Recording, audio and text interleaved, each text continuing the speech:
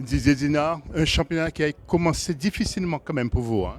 Oui, le championnat, on va dire, est assez difficile. On a des joueurs cadres blessés comme Emeric Zepfel, qui est un des fers de lance, on va dire, de cette équipe, avec Arnaud Garcia aussi au niveau dans le secteur défensif et Francisco Tavares. Donc avec 3 joueurs cadres en moins, ça complique un peu les choses. On joue énormément avec des joueurs du centre de formation. Bon, maintenant, on fait notre maximum. On sait aussi que le métier d'entraîneur, c'est de trouver des solutions à travers ce centre de formation qu'on essaie bien sûr de piocher. Mais bon, c'est pas évident, hein. On voit qu'on manque d'expérience. On a une équipe qui est très rajeunie, donc cette moyenne d'âge pêche aussi parfois avec des erreurs, des fautes d'inattention. Et on sait très bien que pour pouvoir s'aguerrir, on a besoin de temps. Et le temps, on l'a pas en Ligue Molly Star League. Après 5 journées, il y a certains matchs où vous frôlez la victoire. Qu'est-ce qui manque vraiment, Didier, selon vous? Ce qui manque en fait pour pouvoir gagner ces fameux matchs, c'est espérer récupérer nos joueurs cadres le plus vite possible. Donc Emeric Zepfel, il reviendra au mois de février. Donc on ne va pas le récupérer en première phase.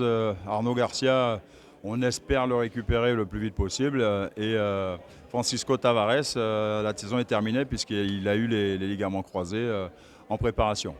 Donc on sait que ça va être une saison assez compliquée ou difficile, hein, puisque on prend pas forcément de l'avance, mais on fait le maximum, bien sûr, pour essayer de récupérer des points le plus vite possible. Il y a un petit Martiniquais, la Violette, le numéro 3, qui est très très bon. Parlez-nous un peu de lui, Didier. Mais le jeune Ilan La Violette, c'est un jeune qui a des qualités, on va dire, intrinsèques avec du dynamisme, hein. On voit qu'il a pu marquer son premier but aujourd'hui. Il a fait aussi une passe décisive. Donc je pense que comme il y avait un écart assez conséquent, on a profité peut-être pour lui donner un peu de temps de jeu afin qu'il puisse bien sûr avoir un peu d'expérience. On fait ce qu'on peut, donc c'est pas forcément évident de gagner à Paris. On a fait une première période très intéressante, mais c'est bien sûr avec les 3-4 erreurs, on va dire, les fautes d'inattention. On sait que face à Paris, on paye illico presto, on va dire, nos erreurs avec un écart qui peut être conséquent. On a limité, on va dire, l'écart en première mi-temps et en deuxième, bien sûr, sur les rotations, on a cédé. Deux autres questions, Didier, pour terminer. Vous retrouviez la salle Pierre de Coubertin que vous avez connue. Un petit mot aussi. Oui, c'est toujours un plaisir de revenir dans cette salle Pierre de Coubertin avec, bien sûr, c'est là où j'ai terminé ma carrière, c'est là où j'ai été capitaine, c'est la première fois que le PSG a été champion de France. On s'était qualifié, bien sûr, pour cette fameuse Ligue des Champions la saison d'après.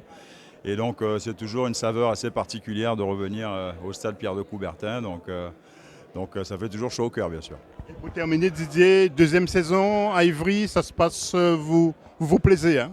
Oui, pour l'instant, ça se passe bien. Donc, à la base, je suis venu à l'US Ivry pour essayer de les maintenir. Ils étaient avant-derniers, donc de janvier à juin 2023, ce maintien qui a été, on va dire, l'aboutissement de ce maintien, c'était très difficile, mais ça a été fait. Donc, la saison dernière, bien sûr, ce maintien qui a été fait à la dernière journée à Saran. On a vu que c'était compliqué, mais on a su se surpasser, puiser dans nos réserves afin de rester en Ligue Molly Star League.